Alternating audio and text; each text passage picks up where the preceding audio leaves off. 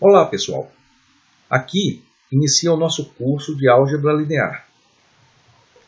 O principal objetivo da álgebra linear é resolver sistemas de equações lineares, como esse mostrado na tela.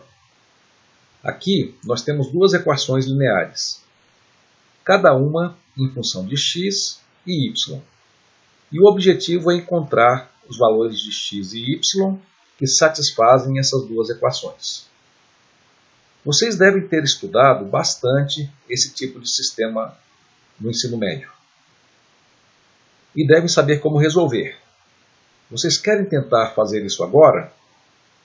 Então, parem o vídeo e tentem resolver. Vamos lá, parem o vídeo e resolvam. E então, resolveram? Se vocês acertaram, essa deve ser a resposta. X igual a 2 e y igual a 1.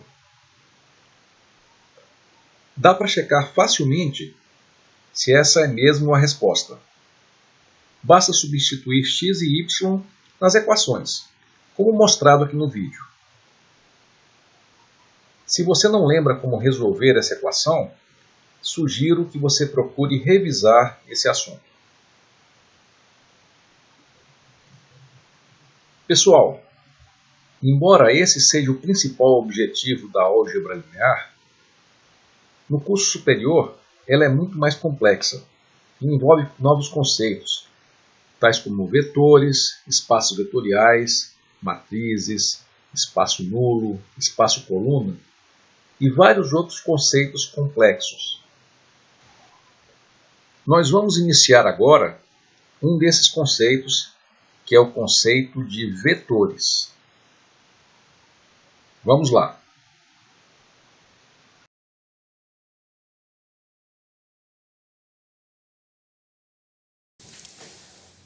Bom dia! Vamos agora fazer uma pausa no assunto de sistemas lineares para falarmos sobre um novo tema, que são os vetores e os espaços vetoriais. Nesse ponto, pessoal, eu vou ser sincero, a matéria fica muito mais difícil e vai requerer muito mais esforço de vocês. Mas, por outro lado, ela fica mais fácil à medida que permite que o aluno entenda melhor o que está por trás das equações. E aí, o aluno chega num dilema. Se ele tentar fazer um esforço mínimo, simplesmente tentando resolver as equações para fazer as provas, e sem entender intuitivamente o que está fazendo, no final das contas ele vai ter muito mais trabalho e uma chance muito menor de ter sucesso.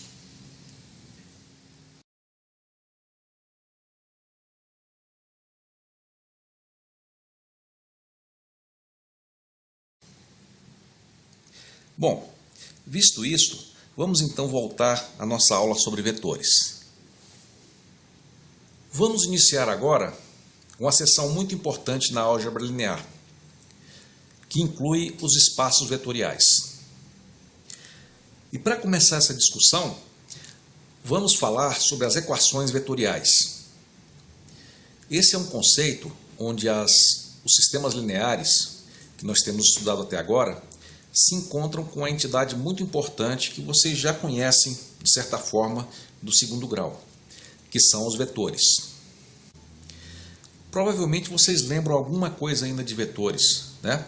Vocês sabem que são entidades que apontam para uma direção, né?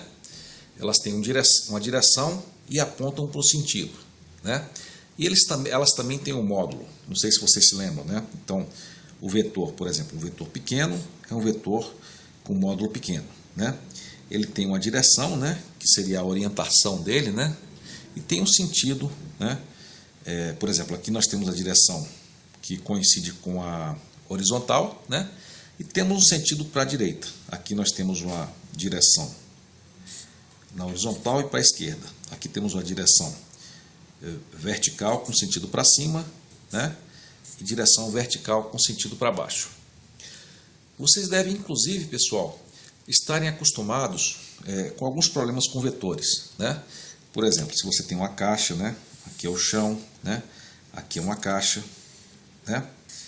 Por exemplo, vocês lembram que se você aplicar uma força nessa caixa, né, e se não tiver atrito aqui entre a caixa e o chão, se você aplicar uma força para lá, né, para a esquerda, a caixa provavelmente vai ter um movimento acelerado, desculpa, para a direita, né, ela vai ter um movimento acelerado para a direita, né? Se você puxar e puxando ela para cima, num certo ponto você vai conseguir levantar essa caixa, ok? Você também poderia puxar como se fosse um carrinho de bebê, né? Você pode supor que isso aqui é um carrinho de bebê, né? E você puxa, por exemplo, com um fio nessa direção, né? Para simplificar, eu vou até representar a força da puxada por um vetor aqui inclinado, né? Ok? Então você está puxando o carrinho para lá, né? E um pouco para cima. Bom, o que aconteceria nesse caso, pessoal? Na verdade, vocês lembram que essa força pode ser decomposta em duas componentes, né, para facilitar a análise, né? Uma componente, por exemplo, paralela aqui à Terra, né? Paralela aqui à Terra, que seria uma projeção ortogonal aqui, e uma componente perpendicular, né? Você pega aqui a projeção ortogonal e pega essa componente, né? E qual vai ser o movimento dessa caixa? Bom, depende, né? Se você puxa nessa direção, você vai ter uma força para cima, né? Mas talvez essa força não seja suficiente para levantar a caixa, né? E ela seja compensada pela força de reação do solo. Então, às vezes quando você puxa, por exemplo, um carrinho de bebê, você só consegue puxar ele para frente, né? E a força equivalente, essa força aqui não causa movimento, só quem causa movimento é essa força daqui. Todo mundo lembra disso aí? Então você vai ter uma força resultante, que vai ser realmente a projeção dessa força nesse vetor aqui. Eu vou usar esse exemplo mais tarde, quando eu for falar sobre produto escalar. Então eu queria que vocês guardassem essa figura, né? E daqui a pouco a gente volta a falar nela. Mas eu já queria adiantar que os vetores que nós vamos estudar agora parecem um pouco diferentes desses que vocês estão vendo aqui, né?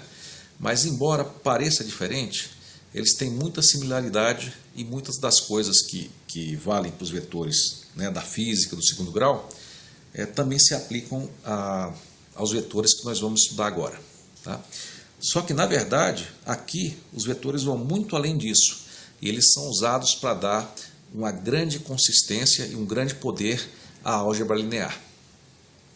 Vamos então ao estudo dos vetores sobre o ângulo da álgebra linear. Aqui nós vamos dar uma definição diferente de vetor.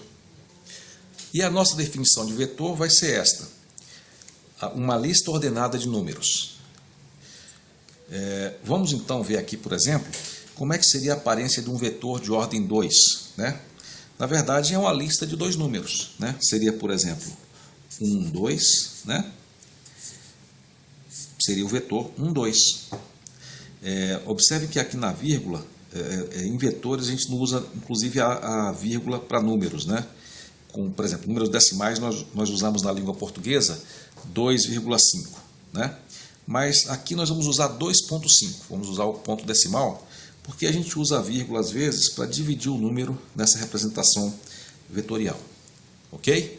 Então, para IAL, o que a gente usa normalmente como, por exemplo, 2,5, que seria 2,5, para a gente vai representar como 2,5, ok? E aqui a gente vai usar a vírgula mais como separador de números. E esses números, pessoal, não precisam ser inteiros. Podem ser, por exemplo, números negativos, posso colocar aqui, menos 5, 0, pode ser números nulos, né? Pode ser números fracionários, 3/4, por exemplo, 2, né?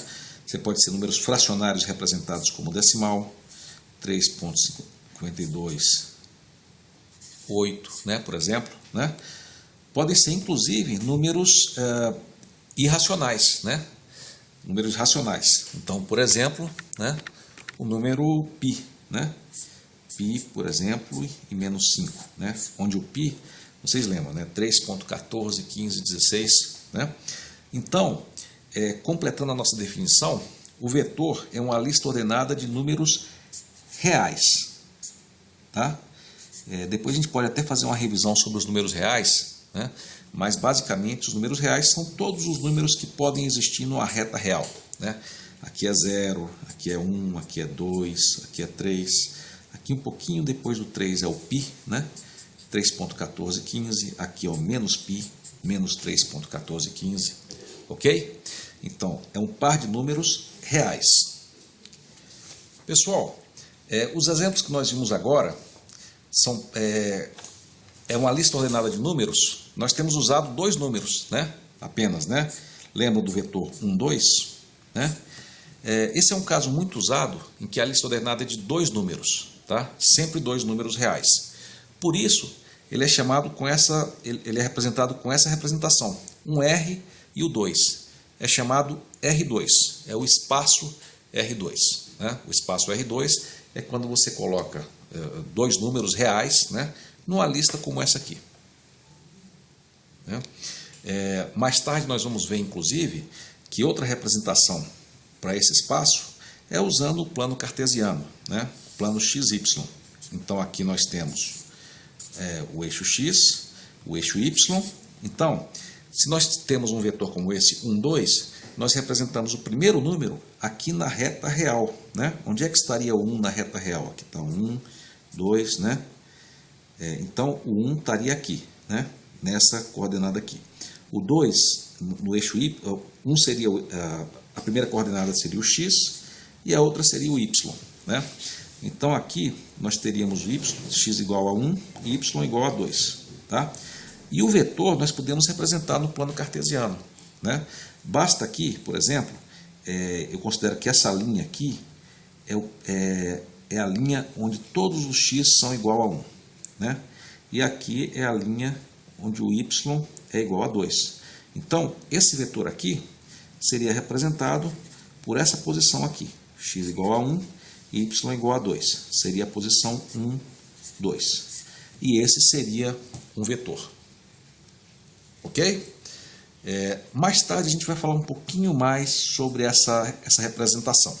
Nós vamos ver que, na verdade, o vetor não é simplesmente esse ponto, mas sim uma entidade que inicia aqui e termina nesse ponto e tem uma flecha apontada para esse ponto, igual nós tínhamos lá na física. Mas eu vou adiar um pouquinho essa discussão. Antes de continuar, eu queria mostrar também outras representações dos vetores. Né?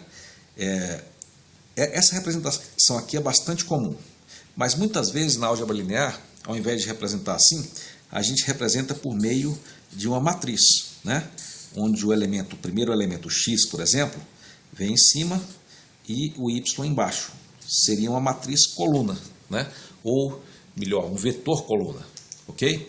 Então, muitas vezes é comum representar um vetor, que é um par ordenado, por meio de uma matriz coluna. Tá? Então, essa aqui seria uma matriz, né, ou um vetor do R2. Como é que seria um vetor do R3? Vocês podem me dizer? Com essa representação aqui, o R3 seriam três números, né? Menos 1, 0, π, por exemplo. Né? E na representação matricial, né, na matriz coluna, seria assim, menos 1, 0 e π. Ok? Às vezes os alunos perguntam, pessoal, e se eu representasse o vetor numa matriz linha? Seria possível? Seria correto? A resposta é possível sim, e provavelmente correto. Né? Na verdade, você pode representar a lista de qualquer forma. Entretanto, na álgebra linear, a gente sempre costuma representar os vetores, quando a gente usa matriz, como matriz coluna. Tá? Nós vamos ver por que em breve. Tá? É simplesmente porque se encaixa melhor com a álgebra linear. Então eu peço que vocês aguardem e vocês vão ver porque a gente sempre prefere representar vetores como matriz coluna ao invés de matriz linha. Tá? Geralmente coluna é para vetores, linhas é para linhas no sistema linear. Tá? Mas isso vai ficar mais claro mais tarde. Agora eu queria colocar aqui uma questão importante.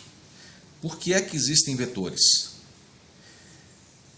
Nesse vídeo nós vimos que os vetores aparecem naturalmente na física.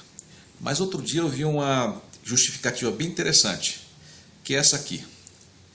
Não é possível somar maçãs e laranjas. Por isso, em algumas aplicações, o que você faz é deixar as maçãs e as laranjas separadas, né? Cada um no seu espaço. Então você representa, por exemplo, 9 maçãs e 10 laranjas, né? Numa lista, ou, né, 9 maçãs e 10 laranjas.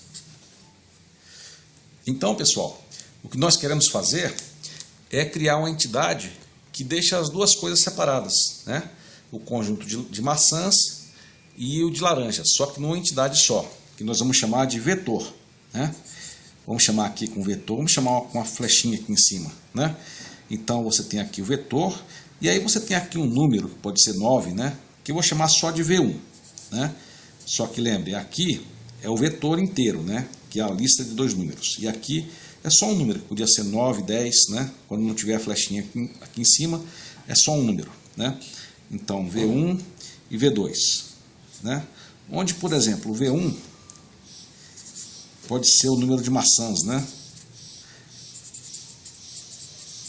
E o V2 pode ser igual ao número de laranjas.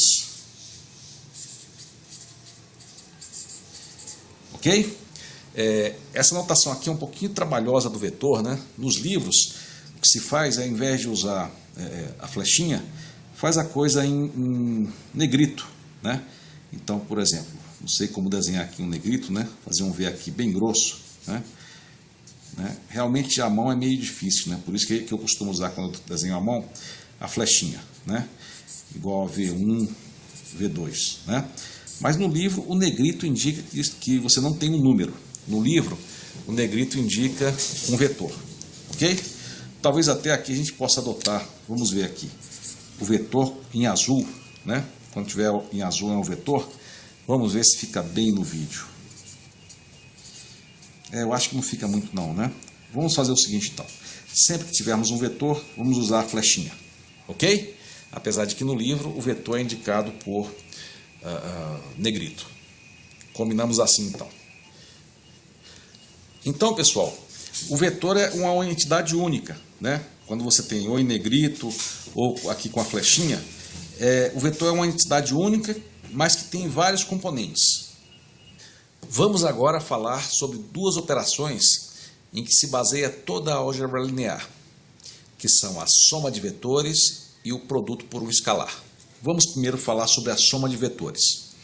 Aqui nós temos 2 vetores, né? O vetor V com 2 componentes, V1 e V2, e o vetor W também com 2 componentes.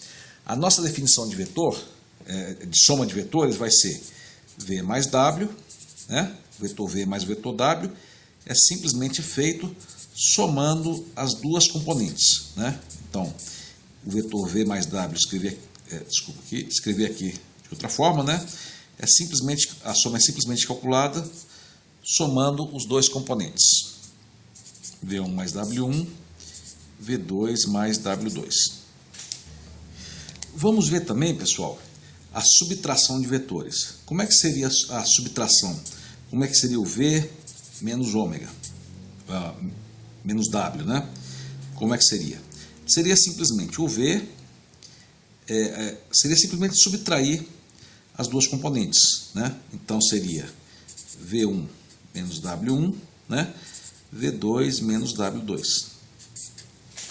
Ok? Então, soma e subtração de vetores é bem simples. Basta somar ou subtrair cada uma das componentes de forma independente. Bom, para ver se ficou claro, vamos ver alguns exemplos aqui. Aqui nós temos os vetores U e V, né, de tamanho 2, e os vetores X e Y de tamanho 3. Tá? Eu queria que vocês daqui a pouco parassem o vídeo para calcular a soma, né, de U mais V e calcular também X menos Y. Tá?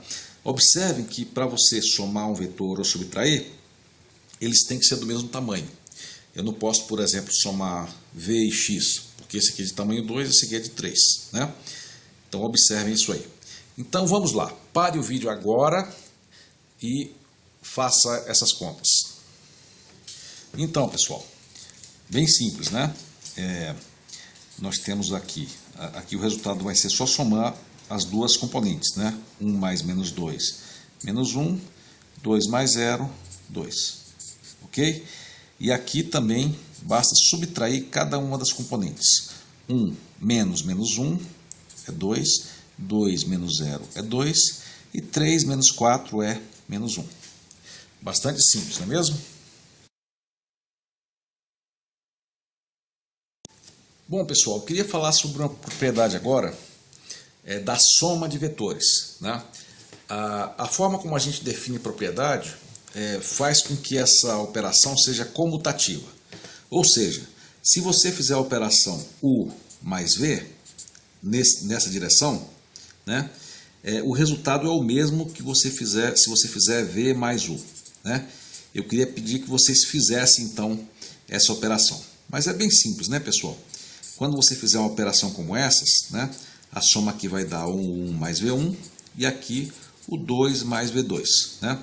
E aqui você vai ter V1 mais o 1 e V2 mais o 2, né? Como a soma é comutativa em cada componente, né, então o resultado aqui é o mesmo. Por exemplo, se você fizer, digamos, 2 mais 2 e 3 mais 4 e 5, né? O resultado vai ser a soma das duas componentes, né? Então 6 e 8. Ok? E se você trocar, aí ao invés de 2 mais 4 vai ser 4 mais 2, mas o resultado é o mesmo. Então, a soma vetorial, a soma de dois vetores é sempre comutativa. Então é uma propriedade importante. Bom, já vimos a soma, agora vamos ver a outra operação mais comum em álgebra linear, que é a multiplicação por escalar. Vamos supor que nós temos o vetor V com componentes escalares, né? V1 e V2, né? E eu queria dizer para vocês que a nossa definição de vetor, nessa definição a gente define que o vetor pode ser multiplicado por escalar. Então eu posso pegar um número qualquer C e multiplicar por V. E a nossa definição é que isso aí é feito você multiplicando cada uma das componentes, né? Então aqui vai ser CV1, CV2. Por exemplo, se o vetor for, digamos, menos 1 e 2, né? Então, digamos, o número 3 vezes o vetor seria igual menos 3, menos 1 vezes 3 e 2 vezes 3. Ou seja, seria menos 3 e 6. Ok? Então, para todo vetor, né, quando você multiplica o vetor por um escalar, basta você multiplicar cada uma das componentes por esse escalar. Pessoal, só para ver se consolidamos esse conceito, né, eu queria que vocês calculassem agora, supondo que V é menos 1, 2, calculem 2 vezes V, ok? E supondo que U é 1, 0 e menos 2, calculem, por favor, menos 3 vezes U. Parem o vídeo e façam isso agora, por favor, ok? Vamos lá, faça isso agora. Então, vamos lá? Aqui você vai multiplicar cada componente por 2, né? Então vamos ter aqui menos 2, 4, né? E aqui vamos ter menos 3, 0, e aqui menos 3 vezes menos 2, 6. Foi isso que vocês acharam? Se foi ótimo, vamos em frente. Se não, refaça, ok? Refaça até que fique claro esse conceito. Então, nós temos aqui as duas operações básicas de toda a álgebra linear, que é a soma de dois vetores e a multiplicação de um vetor por escalar. Então, com isso, eu queria definir um nome que é muito usado na álgebra linear, que é a combinação linear. Vamos ver qual é a definição de combinação linear. É a seguinte, a combinação de linear de dois vetores é um escalar, vamos chamar de C vezes V, a constante C, mais outra constante D, né, outro escalar D, vezes o vetor W. Tá? Então, quando você pega dois vetores V e W, multiplica o V por um número, o W por outro, e soma os dois, é o que a gente chama de combinação linear de V e W. E na combinação linear, o C e D pode assumir qualquer valor. Inclusive, tem algumas combinações lineares que são, digamos assim, especiais, né? Por exemplo, quando o C é 1 e o D é 1, você tem 1V mais 1W, né? Então, pessoal, o que essa combinação linear é? Ela nada mais é do que a soma, né? É o próprio V mais W, né? Então, é a soma de dois vetores, ok? Quando você tem o C igual a 1 e o D igual a menos 1, então você teria 1 vezes V menos 1 vezes W. O que seria isso aí? Seria a diferença, né, que nós já tínhamos visto antes, né? Se o C for 0 e o D for 0, nós teríamos 0 vezes V mais 0 vezes D, vezes W, né? Então, qual seria o resultado? Seria o próprio vetor 0. Tá? E se eu tiver C vezes V mais 0 vezes W, né? Então você vai ter o próprio CV. Tá? Então, na verdade, essa combinação linear aqui, CV mais DW, ela engloba todas as entidades que nós vimos, né? Soma, diferença, vetor 0 e combinação linear. Inclusive, pessoal, eu queria comentar, eu tenho batido na tecla desse vetor 0 aqui, né? E parece assim meio ridículo, né, você insistir nesse vetor 0, mas nós vamos ver quando nós formos estudar uma estrutura chamada espaço de vetores, né, ou espaços vetoriais. Esse vetor 0 sempre vai estar bastante presente. Nós vamos ver que ele sempre tem que existir e que é ele que caracteriza e que permite a existência dos espaços vetoriais, ok? Então fiquem de olho no vetor nulo, ele é mais importante do que parece.